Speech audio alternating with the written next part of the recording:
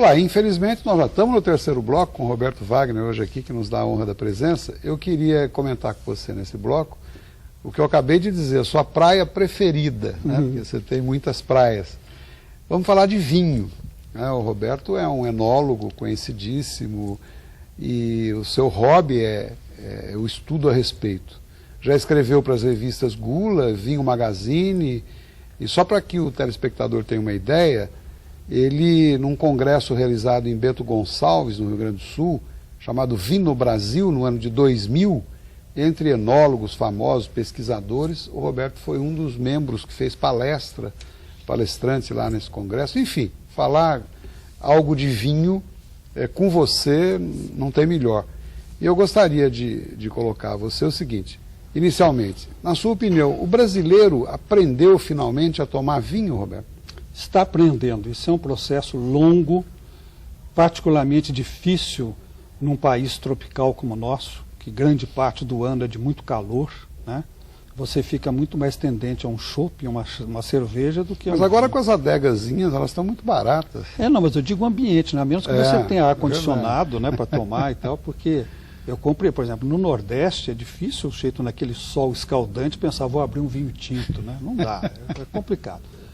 E o vinho também é um aprendizado, né? Você pega, por exemplo, os Estados Unidos, que hoje, já há algum tempo, está entre os grandes produtores de vinho no mundo, não só em quantidade, mas em qualidade. Eu, particularmente, sou muito fã de vinhos da Califórnia, gosto muito.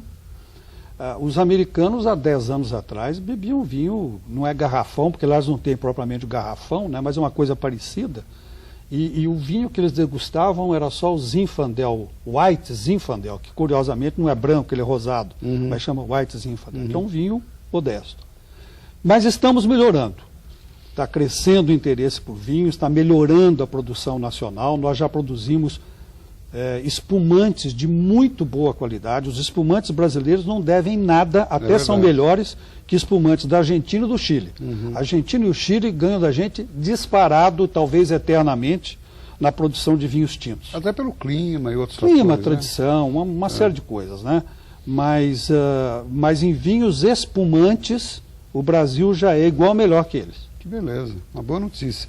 Roberto, e há aí uma confusão enorme com relação à validade do vinho, no sentido amplo, geral, até porque, segundo consta, o vinho branco tem uma validade, o vinho tinto outro. Eu queria que você explorasse um pouquinho esse assunto para que pudesse brindar o nosso telespectador com informações verdadeiras a respeito e não com mitos. Olha, em princípio, um vinho branco dura menos, deve ser consumido antes de um vinho tinto, em princípio, né? Eu acho mais importante a gente dizer aos telespectadores que possam se interessar pelo assunto, a opinião superabalizada do mais importante crítico de vinhos do mundo, que é o americano Robert Parker Jr. Ele escreveu o seguinte: do total de vinhos finos produzidos no mundo inteiro, apenas 5% comportam guarda para envelhecimento. Os outros 95% devem ser tomados em 3 anos ou no máximo 5. Então pegar qualquer vinho tinto aí e achar, não, eu vou guardar, isso eu já ouvi muito. Eu pus num baú lá em casa, vou abrir daqui a 15 anos, falo, meu filho, você vai tomar água de tijolo. Não vai ter nada de vinho para você tomar mais. E o branco, se fizer isso, é pior ainda? Mais ainda, né? O branco, além de tudo, exige temperatura muito baixa, teria que ser guardado, se não numa adega climatizada, na geladeira, né?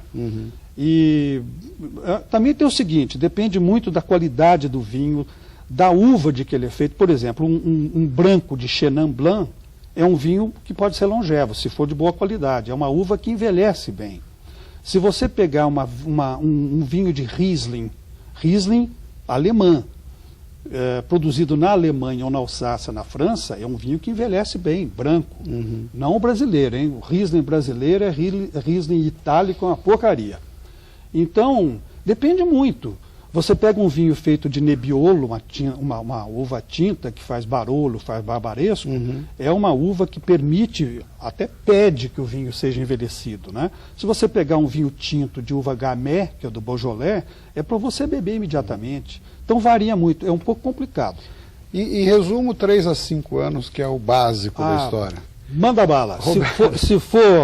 Se for espumante, imediatamente. Roberto, chegou, pode abrir e tomar. E a temperatura de um e outro, branco e tinto? Qual a temperatura que deve ser ingerido? Mais ou menos. Tintos de 16 graus mais ou menos, né? Em torno de 16 graus. E o branco? Branco 8 graus, espumante 5, 6 graus. Isso é o ideal. Ideal. E a quantidade a ser ingerida? Porque todo mundo sabe que o vinho é... Deixa eu falar só mais uma coisinha, se eu voltar aí para passar uma informação importante. Temperatura do vinho não diz respeito só ao sabor dele, não. Por exemplo, se você pegar um vinho tinto e você o tomar muito rapidamente, ou melhor, numa temperatura muito baixa, nós estamos falando de temperatura, não de guarda, né? Se você tomar um vinho, por exemplo, gelado, um vinho tinto, primeira coisa, ele não abre aroma, o aroma fica fechado por ele estar gelado, né?